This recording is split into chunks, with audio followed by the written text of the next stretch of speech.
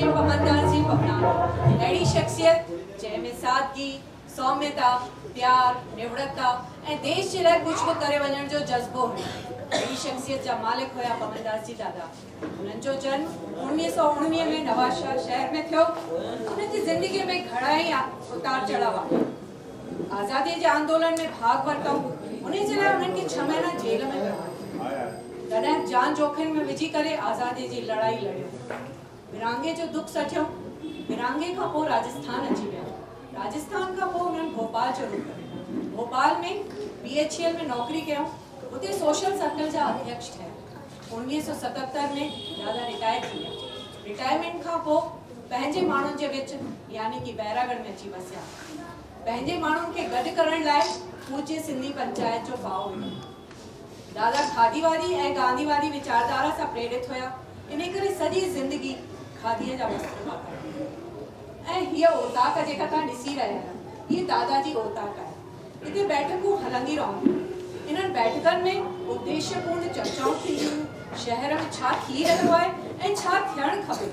देशभक्तनि जी ॻाल्हियूं, देश जी समस्याउनि जी ॻाल्हियूं। हिते पत्रकार, नेता, नंढा वॾा सभु पंहिंजी समस्याऊं खणी करे ईंदा हुआ। हिते चर्चाउनि सां गॾु चांहि, नाश्तो, दाल पकवान, खिल मश्करी ऐं ठहाका बरपंदा हुया।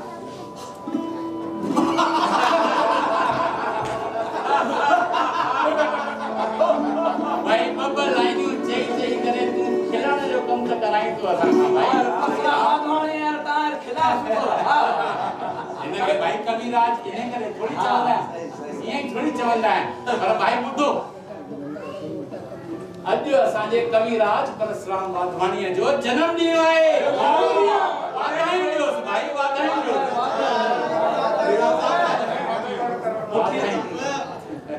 परसराम वाधायूं। आशीर्वाद दो। खुश रहो। मामा आशीर्वाद है। रमेश वाधायूं। वाधायूं नहीं। मूंखे भाई वाधायूं ॾियण खां पोइ हिकु ख़बर ॿी बि अथव तव्हां लाइ कि हिते अॼु जेको बि नाश्तो पाणी ईंदो उहो परसराम पारां ईंदो। बिल्कुलु कीअं न ईंदो। हिकिड़ो कमु कर, जल्दी घुराए वठो त साम्हूं लॻे बुख लॻी आहे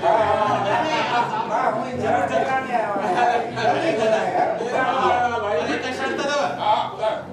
लाइनूं बि थोड़ी वाधायूं मुंहिंजो। अरे यार चार ॿुधाया। ॿुधो ई पप्पा करे दया तो ॿुधायो ने। न अरे यार परसराम वाधवानी यार आशीर्वाद जो हा ॿुधाए। भावुक आहियां। वाह भावुक आहियां मां तव्हांजे हिन प्यार लाइ। अखर कोन्हनि मूं वटि तव्हांजे आभार लाइ। दिल धड़के पई तव्हां दिलदारनि जे लाइ। नाश्तो बचे न तो तव्हां सभिनि समझदारनि जे लाइ। अरे यार परसराम हाँ पहिरीं ॿुधाई आहे न तुंहिंजो बर्थडे आहे। मां के बढ़िया आर्टिकल लिखा तुंहिंजे लाइ। उन में तुंहिंजो फोटो बि विझां, तुंहिंजी सॼी जीवनी लिखां। ईअं सम्झी असां यारनि जी तरफ़ कॉम्प्लीमेंट थी वञे मुंहिंजे लाइ। रमेश विज्ञापन और कॉम्प्लीमेंटरी बचा के दो करी चाहे यार। अरे भाई हींअर कॉम्प्लीमेंटरी था पई हां को अची वने या चेटी चंड ते विज्ञापन वठण लाइ। अरे दादा असांजी बि मजबूरी आहे। जेके पेपर कढनि था असांखे उन्हनि जो बि त ध्यानु रखणो आहे। ऐं असां इहे ख़बरूं छापूं था न सॼियूं बेड़ागढ़ जूं। सम्झो त असां हिते जेको वो भोपाल ताईं पहुचाईंदा। या असांजी ड्यूटी आहे भोपाल ताईं हर ख़बर पहुचाइणो। बिल्कुलु सॼे बेड़ागढ़ जूं। जेके भी पेपर में खबर छापण आई न असां बिल्कुलु की खबर न हूंदी आहे। जीअं बेरागढ़ जी खबर आहे भोपाल ताईं असां पहुचाईंदा आहियूं। त केरु पहुचाए तव्हांजी खबर? अरे भाई हाणे 8-10 माण्हू त रहिजी विया आहिनि जेके अख़बारनि जे बिज़नेस था ॾियनि। न त अख़बार न ॾिसी को अख़बार न ॾिसी थोड़ी रहिजी वई आहे। बराबरि। हा अरे नाश्ते जी ॻाल्हि ॿुधायो। भूख लॻी आहे जल्दी नाश्तो पाणी ॿुधायां थो। छा घुराईंदो?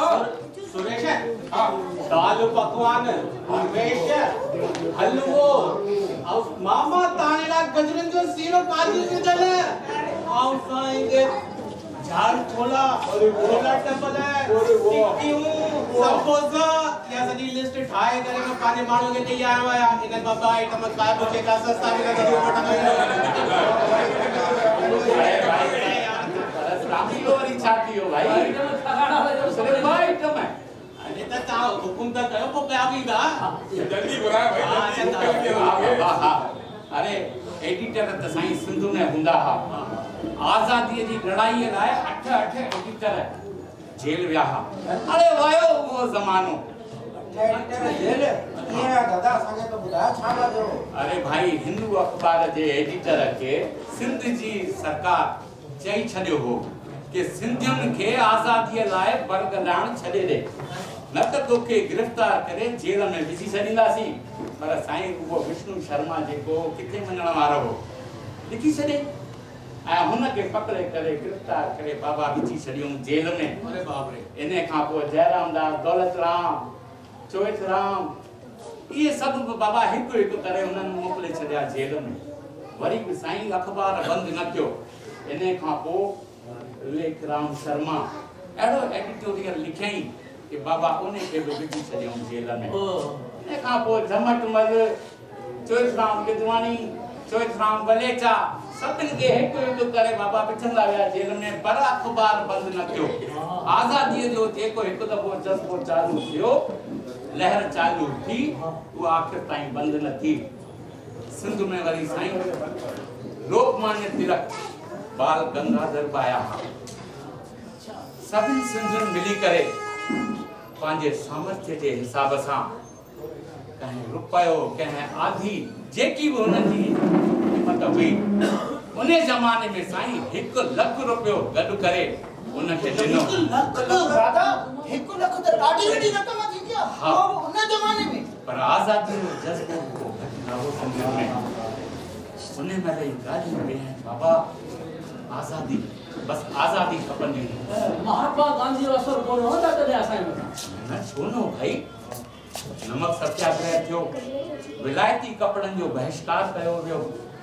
पाण गांधी बाबा जयराम दास खे टेलीग्राम मोकिलियो ऐं चईंसि कि इहो बेटा साइड हो जाओ घणी न घुरिजे हिम्मत ॾिनई घणई असांजा ॿार जेके शहीद थी विया शहीद हेमू कालाणी 21 साले जी उम्र में फांसीअ ते लटकायो वियो मेघराज लुल्ला 17 साले जो ॿार हो उहो बि गोलीअ जो शिकार थियो ऐं शहीद थी वियो मेघराज लुल्ला इहो त नालो ई कोन ॿुधो असां घणई अहिड़ा हूंदा इन मुहिम में जेके इतिहास जे पन्ननि ते न अची सघिया आहिनि पर देश जी आज़ादी लाइ हुननि जी क़ुर्बानीअ खे विसारे नथो सघिजे अहिड़े ई वक़्त में भगत सिंह राजगुरु सुखदेव इन्हनि खे बि फांसी थी उनजो ॾाढो विरोध थियो कराचीअ में साईं कांग्रेस जो अधिवेशन थियो पंडित जवाहरलाल नेहरू उते आया हुआ ॾिठो बाबा हाँ जमानो मिलो उन्हनि सां मुलाक़ात थी दादा तव्हां हिकिड़ो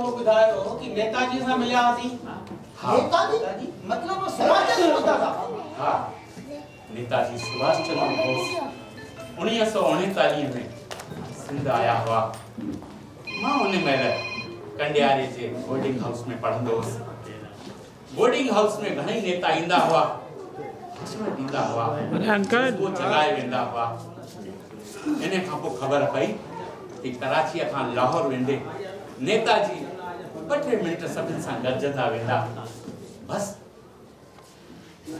असां 8-10 नौजवान पहुची वियासीं रेलवे स्टेशन कंडियारे जे रेलवे स्टेशन ते माहौल ई मटिजी वियो वंदे मातरम जा नारा चारों तरफ लॻण शुरू थी विया एतिरे में रेलगाॾी हलण लॻी असां सभु रेलगाॾी में चढ़ी वियासीं अॻिते जेको स्टेशन हो उते वरी आज़ादीअ जा जेके नारा हुआ लॻण शुरू थी विया माहौल गरमाइजी वियो ओॾी महिल ई असांजा नेताजी सुभाष चंद्र बोस बोगीअ जे दर ते आया ऐं साक्षात साम्हूं असांजे साम्हूं अची विया ऐं आज़ादीअ लाइ मुझे बहुत खुशी है सिंध के नौजवान उनका जज्बा देखकर मैं बहुत प्रसन्न हूँ भारत माँ आजाद होकर रहेगी आज आप यहाँ आए हैं आमी बोलची मैं कह रहा हूँ कि सिंध के नौजवानों का ये जज्बा भारत को आजाद करा के रहेगा जहां बंगाल के नौजवान आगे हैं, सिंध के नौजवान भी पूछे नहीं। सिंध की जनता को मैं प्रणाम करता हूं, सैल्यूट करता हूं। जय हिंद, जय हिंद, भारत माता की जय, वंदे मातरम, वंदे मातरम।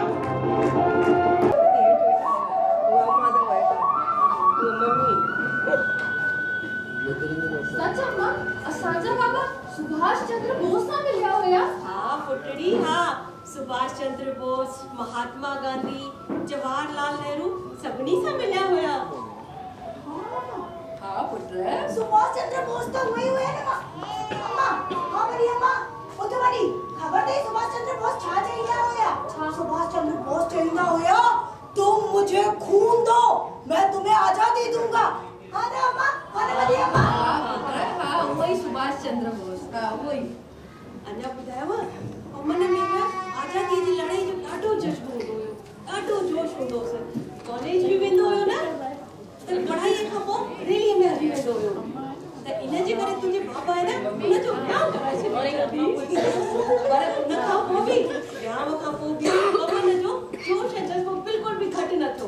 पोइ असांखे बि लॻो कि बाबा ऐं मूंखे बि पमन जी न मदद करणु घुरिजे।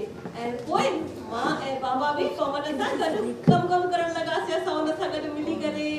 हाँ पुत्र, हिकु ॻाल्हि मां बि ॿुधायां। तव्हांजो जेको बाबा आहे न, वो 6 महीना जेल में बि रही आयो।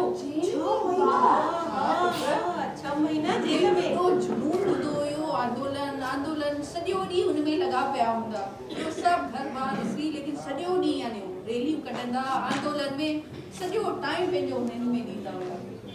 जेल में त हुया, लेकिन मूंखे हिते चिंता कि अलाए कीअं रोटी मिलंदी हूंदनि, न मिलंदी हूंदनि। इन करे अम्मा, मां 6 महीना मिठो न खाधो।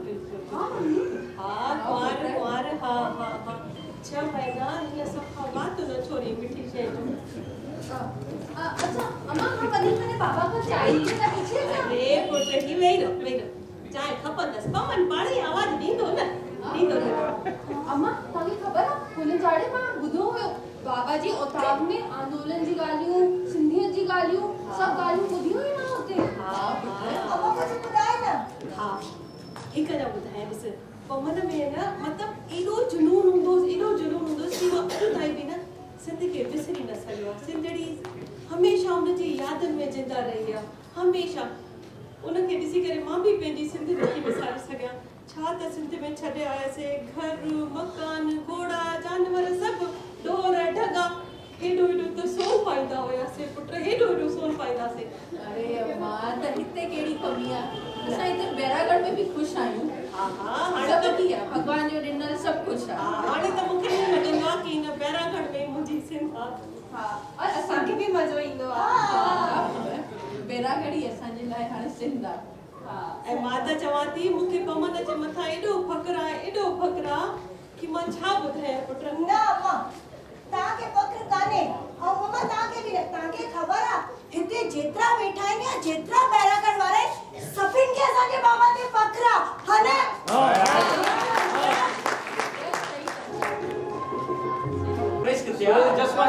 दादा तरसो हुनखे सॼी दुनिया सुञाणे, पर पुट सभु ॻाल्हियूं कंदा आहिनि।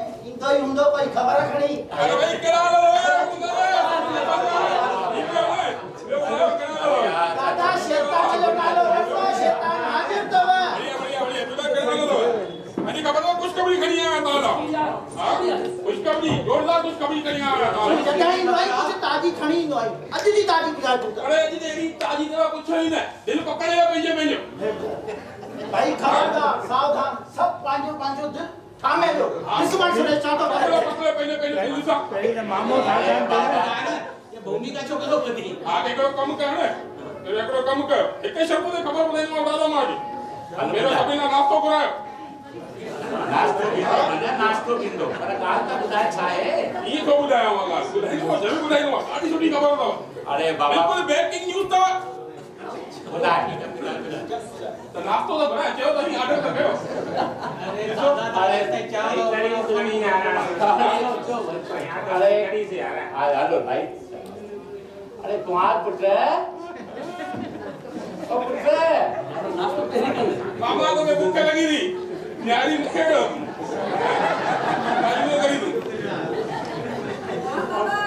मां नेरा ने थोड़ी हुआ है भाई अच्छे तो नाश्तो बचे हां हाणे ॿुधो मुंहिंजी ख़बर आहे हां ॿुधायो ख़बर है पक्के ॿुधाए पंहिंजो दिलि पकड़े पहिरियों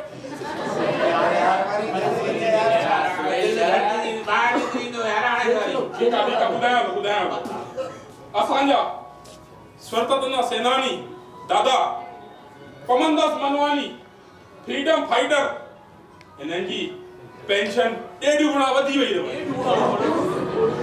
मतलब मेरी 3000 हुई हाणे 4500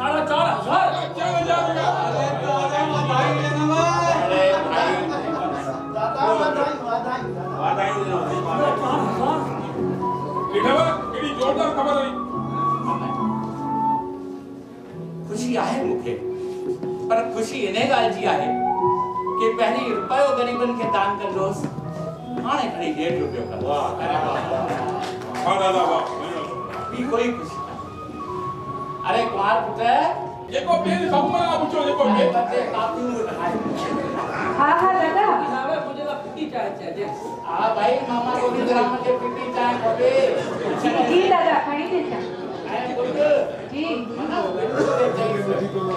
पानी भरे दे जैसे खाली पियो आहे जी दादा हा बिस्कुट आए खाली को मोकल जाए भाई साबु मन लगे तो अॼु को नेरन करे कान आयो आहे जी जी दादा मोकिलियां हा अरे जेस ताईं चाय पानी अचे तेस ताईं मुंहिंजी ॿ ॻाल्हियूं ॿुधो हां ॿुधायो कुदरत तुंहिंजी अजब कहाणी कुदरत तुंहिंजी अजब कहाणी चाचा पिए चाय परसोराम पिए पानी कविता ॿुधाईंदो आहे सिंध में मतलब व्यंग थोरो ॿुधाईंदो अरे हा उहा त ॾाढी गंभीर ॻाल्हि आहे ॿुधायो घणे ॻाल्हि त ॿुधाए असांजे वॾनि सिंध छॾी असांजे वॾनि सिंध छॾी असां सिंधी छॾे रहिया आहियूं असांजे वॾनि सिंध छॾी असां सिंधी छॾे रहिया आहियूं असां सिंधी आहियूं इहो ॿारनि खे पिण हिंदीअ में ॿुधाए रहिया आहियूं छा ॻाल्हि आहे या मां बिल्कुल पंहिंजे पेपर में छापी न खड़ारी ॻाल्हि पेपर जो छापी छापी पेपरनि जा याद आई बहुत अधूरी जंहिंमें ख़बरचार अचो पढ़ूं अख़बार अधूरी जंहिंमें ख़बरचार क़ीमत कोन आहे गुड़ीअ जी क़ीमत कोन आहे गुड़ीअ जी मरनि था 40 लिखनि था 4 अचो पढ़ूं अख़बार अचो पढ़ूं छापी ना तां कौन छापी ना उसे छापी ना अखबार में कौन छापी ना तां मुझे बारे में कहले छापियो आप फैसला बोर्ड जो अध्यक्ष आया मामा गोविंदराम केवलानी 4 लाइन कहले छापियो ना मुझे बारे में कहले तो फोटो छापियो मुझे मामा छापियो ताके जी पद मिलियो तायो फोटो बिल्कुल लगाया सी खबर बढ़िया लगाई सी पूरे भोपाल में खबर क्या मध्य प्रदेश में खबर पहुंचाई सी गडो गड हाणे जी पद ना लो असा खबर दी छींदा सी मां भी पढ़ंदो आया अखबार ॾिसंदो आया घणी दफ़ा कि कोई किथां जो महासचिव ठहियो को अध्यक्ष ठहियो उन्हनि जा फोटो ॾियो था नाला ॾियो था उन खां पोइ वरी 150 नाला उहे बि था लिखो जेके शुभकामनाऊं था ॾियनि हाणे बाबा अखबार हलाइण लाइ इहा ॻाल्हि ज़रूरी आहे मां सम्झां थो तव्हांखे बि पेट पालणो आहे पर बाबा असांजे समाज जा जेके ॿार आहिनि जेके सुठियूं मार्कूं खणी नंबरनि सां सुठे पास था थियनि मेरिट में था अचनि बाबा उन्हनि जा फोटो बि था ॾियो अरे जेके ॿार रांदियूं था खेॾनि मेडल था खणी अचनि उन्हनि जा फोटो बि ॾियो ऐं जेके को इन्वेंशन था कनि को मॉडल साइंस में ठाहिनि था केॾी सुठियूं ॻाल्हियूं आहिनि उन्हनि जा फोटो बि ॾियो ऐं गॾोगॾु हुननि खे हिमथाइण वारा हुननि जे माउ जा बि नाला ॾियो ऐं फोटो ॾियो तॾहिं त ख़बर पवंदी कि ॿारनि लाइ छा माउ पीउ त्याग था कनि ऐं ॿार नालो रोशन कनि बिल्कुल बिल्कुल इहे ख़बरूं हाणे बिल्कुल सॼी ख़बर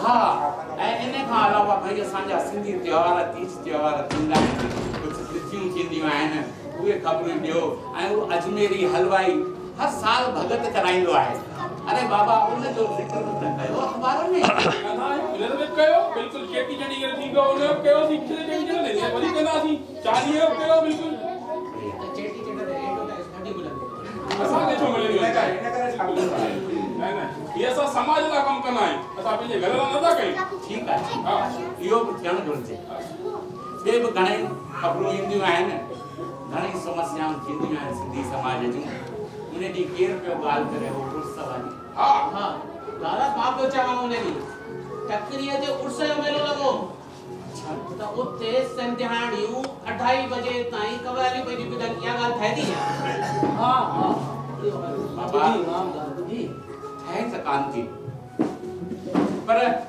मायूं त मायूं आहिनि मर्दनि खां बि जोर आहे हाणे असां कुझु चवंदासीं शायदि उहा ॻाल्हि सुठी न लॻे उन्हनि जे घर में उन्हनि जा मर्द वेठा आहिनि वॾा वेठा आहिनि इहे ज़िमेदारियूं उन्हनि खे निभाइणु घुरिजे हा न असां ओतिरी पंहिंजी हदुनि में रहूं हाणे मां तव्हांखे छा ॿुधायां इहा ॻाल्हि राज खे बि सुठी न लॻी हुई चए पियो तव्हांजो हा चई मूंखे बाबा इहो ठीकु न आहे सम्झायोमांसि पुट हाणे असां छा था करे सघूं शांति करे वियूं ॿिए मौक़े ते किथे चवंदासीं पर न शायदि हुनखे इहा ॻाल्हि सुठी न लॻी राति जो वरी 2:30 बजे हुन जी मोटरसाइकिल स्टार्ट थियण जो आवाज़ ॿुधुमि मूंखे लॻो पक ई ही उते टकरीअ ते वियो हूंदो वरी सुबुह जो ॻाल्हि निकिती त ख़बर पई कि भाई राति उॾही वियो हो उते मायुनि खे सम्झायईं पहिरें दफ़े में शायदि उन्हनि खे सम्झ में न आयो पर ॿिए दफ़े में वरी उहे मञी वयूं वापसि पंहिंजे घर अची वयूं वाह साईं वाह तव्हांजे संस्कार राज में बि तव्हांजा संस्कार आहिनि न शुरू खां ईअं आहे श्रवण कुमार सही खे सही चवण वारो ग़लति खे ग़लति चवण वारो मूंखे अॼु बि यादि आहे 1954 में हुनजो जन्म ऐं हुनजो बचपन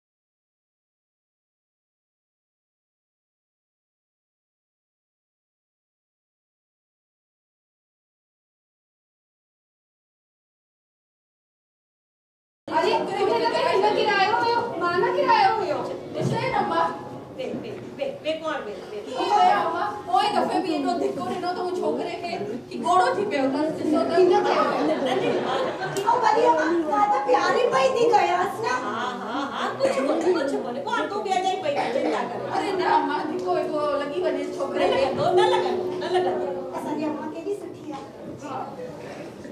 वाले असांजी चंद्रा आदि करे जे लाइ न मुंहिंजे लाइ त कढ़ाओ मूंखे कढ़ाओ ॾाढो वणंदो आहे मामा मुंहिंजे लाइ मां ॾाढो सारो कढ़ाओ ठाहींदी आहियां हिन जे लाइ कढ़ाओ त मुंहिंजे लाइ मिठा चांवर मूंखे त मिठा चांवर वणंदा आहिनि अरे मुंहिंजे लाइ ठाहींदसि कढ़ा बि ठाहींदसि और मिठा चांवर बि ठाहींदसि बस ॿियो छा ठाहियां ॿियो जेका बाबा चवनि बाबा जी पसंदि बि ठाहींदी अम्मा पाड़े कई त कढ़ा खाईंदा थी ना हां थोड़ो वधीक ठाहिजे जन वाटी टिकाणे ते हलंदासीं न इनखे खणी हलंदासीं हमेशा वधीक त ठाहींदी आहियां इनखे टिकाणे लाइ हे मूंखे बि खणी हलंदासीं वधीक ठाहींदासीं हाणे ख़बर अथव छा थींदो हाणे बाबा ईंदा ऐं बाबा पंहिंजी फरमाइश जो कार्यक्रम ॿुधाईंदा अरे भाई मूंखे त हींअर ई कणाव प्रसाद ऐं तव्हांखे जी खुशबू पई थी अचे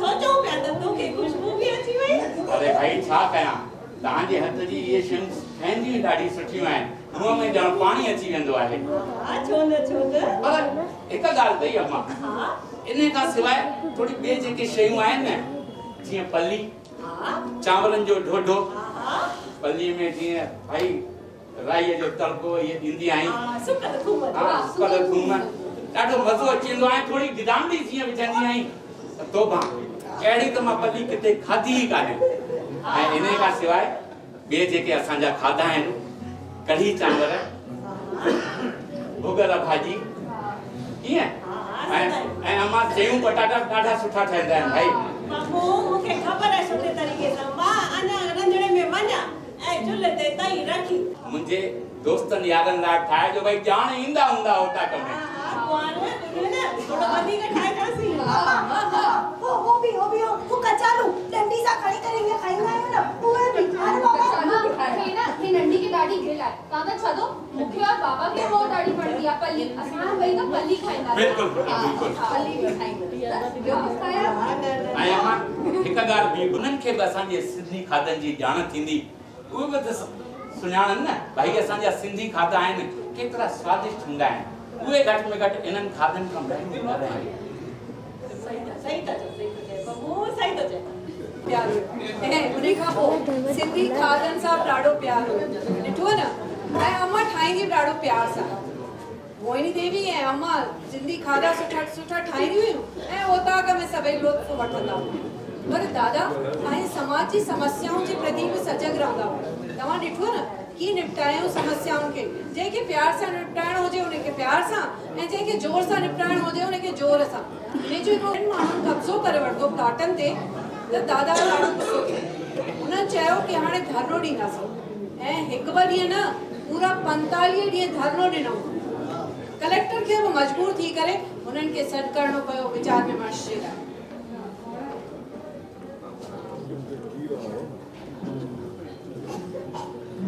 नमस्कार कलेक्टर साहब नमस्कार पवनदास मनवानी जी मुझे मेरे पीए ने बताया कि आपने 45 दिन का धरना दिया है वन ट्री हिल पर जो कब्जा हुआ है मैं आपके सिंधी समाज को सैल्यूट करता हूं कि आपने इस काम में पहल की है आप अपना पक्ष कलेक्टर साहब जैसे कि आपको पता है कि विभाजन के बाद वहां से विस्थापित होकर हम यहाँ पर आए मेहनत की बहुत मेहनत की और अपने आप को यहाँ पर स्थापित किया खून पसीने की कमाई से हमने वो भूखंड खरीदे इसके अलावा जब हम उसको बनाने गए तो पता चला कि वहां पर और ही झुग्गीवासी बैठे हुए हैं वहां पर और हमसे पैसे मांग रहे हैं उन भूखंडों को खाली करने के लिए ये कहाँ का न्याय है आपका संविधान भी ये कहता है कि एक बार अगर कोई विस्थापित हुआ है उसे दोबारा विस्थापित नहीं किया जा सकता हमें हमारा हक चाहिए हमें हमारे भूखंड चाहिए आप जो भी प्रशासन करना चाहे आप कीजिए वहां से उन अवैध झुग्गी वालों को हटाइए और हमें हमारा हक दिलवाइए पवनदास जी मैंने आपकी बात सुन ली मैं आपके सिंधी समाज को और आपको सैल्यूट करता हूं कि आपने इसके लिए धरना दिया मैं तुरंत अपने एसडीएम को आदेश करता हूं कि वो मौके पर जाए और देखे कि किन लोगों ने कब्जा किया है और उन कब्जा करने वाले झोपड़पट्टियों को वहां से विस्थापित कर दिया जाएगा हमने इसके लिए वैकल्पिक व्यवस्था गोंदरमऊ में की हुई है हम उनको वहां पर पट्टे दे देंगे आप निश्चित रहिए और अपने समाज को यह खुशखबरी दीजिए कि उनकी जमीन बेदखल हो गई चाहिए धन्यवाद आपसे मुझे यही उम्मीद थी प्रशासन से मुझे यही उम्मीद थी जय हिंद जय हिंद पीएम जो फोन आयो ऐं सभिनी खां वॾी ॻाल्हि असांजे शहर जा श्री शंकर दयाल शर्मा उन टाइम राष्ट्रपति हुया ऐं दिल्लीअ में हुया उन्हनि बि दादा खे वाधायूं ॾियण जे लाइ फोन कयो अरे भाई मीणा साहब, पता चुप क्यों बैठे हो भाई? अरे साईं माने पिस जो कोने अञा तेरे करे मां चुप आया। भाई खीर वठ खणी तो आया ता चला पानी मिलाया भाई छा क्या पानी मां मेन के लाई तो पुता खीर बना तो आया। वीडियो कोने अञा यार नहीं दिया। अरे बाबा मां के यो ही चयो कि भाई अगर गाय में कोई ब्यामणी हुजे तो बाबा पे सुखणी अच जाए। अरे ब्यामण दे लाई तो तैयारी के कया भाई पर कोन देना भाभी अच्छा क्या? अरे भाई असा ये दोस्तन के असा ये मित्रन के ते पिस खाए खाते टाइम पे पिस पेरिया तो बखानी तो सही की गाय ब्यामणी आई। अरे कौन के जवाब हेडा कयो मामा। हेलो हेलो हाँ सर, क्या आप पवन दास स्वतंत्रता संग्राम सेनानी के यहाँ से बोल रहे हैं? हाँ पवन दास जी के यहाँ से बोल रहे हैं हम। जी जी, देखिए मैं राष्ट्रपति भवन नई दिल्ली से बोल रहा हूँ। Ali Hasan Mujeeb, OSD to honourable president of India, राष्ट्रपति महोदय आपसे बात करना चाहेंगे। कृपया लाइन पर बने रहें, मैं प्रेसिडेंट साहब को फोन दे रहा हूँ। दीजिए। हाँ मामा वीरो। हेलो दादा पवन दास जी बोल रहे हैं? जी मैं पवन दास बोल रहा हूँ। आपको जन्म दिवस की अनंत शुभकामनाएं। धन्यवाद महामहिम। दादा, आप तो राष्ट्र का गौरव है। देश को आजाद करवाने आपने जिस जुनून का परिचय दिया वो स्तुत्य है। आपने पीड़ाएं भी भोगी लेकिन संघर्ष का मार्ग नहीं छोड़ा। बहरहाल स्वास्थ्य कैसा है आपका? आप भी हमारे माटी के लाल हैं। आप प्रदेश के गौरव हैं। आपने सर्वोच्च पद पर पदासीन रहकर हमारा गौरव बढ़ाया है महामहिम। वो ठीक है पवन दास जी, आप सब भाइयों का आशीर्वाद है। मैं ये बताना चाह रहा था कि अगले महीने भोपाल आ रहा हूँ। आपको राजभवन से संदेश आएगा, आप जरूर आइएगा। मुलाकात को एक अरसा हुआ। जी जरूर। अच्छा, एक बार पवन दास जी आपको फिर मेरी तरफ से दिली मुबारकबाद। बहुत बहुत धन्यवाद। जय हिंद। जय हिंद।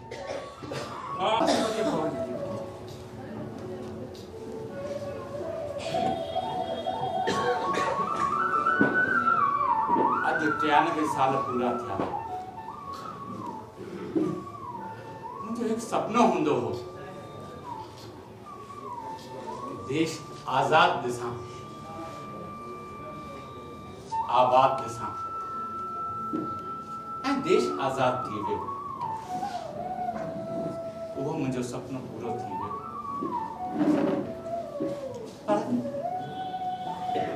हाँ एक ॿियो बि सपनो आहे कि असांजे सिंधी समाज जो अञा नालो थिए। असांजा ॿार हर क्षेत्र में पंहिंजो नालो रोशन कनि। लालचंद सब्दाणी भी मेहनत करे वेठो। असांजा ॿार हुन खां ट्रेनिंग वठी किथे किथे पहुची विया आहिनि। असांजा ॿार गुजरात विया आहिनि, राजस्थान विया आहिनि, महाराष्ट्र विया आहिनि। असांजा ॿार रोजगार जे ॿिए क्षेत्रनि में तरक्की कनि, सिर्फ़ नेता न ठहनि, IAS ठहनि, IPS ठहनि, एयर इंडिया ज्वाइन कनि। मां मञा थो कि असांजे समाज में ॾाढा कष्ट हो गया आहिनि। विभाजन खां पोइ जॾहिं हिते आयासीं तॾहिं असां वटि कुझु बि न हो, ख़ाली हथ आयासीं। असांखे कोई प्रदेश बि न हो, पर असांजी क़ौम आहे ई अहिड़ी खंडु वांगुरु जंहिंमें मिलाइस मिली वञे।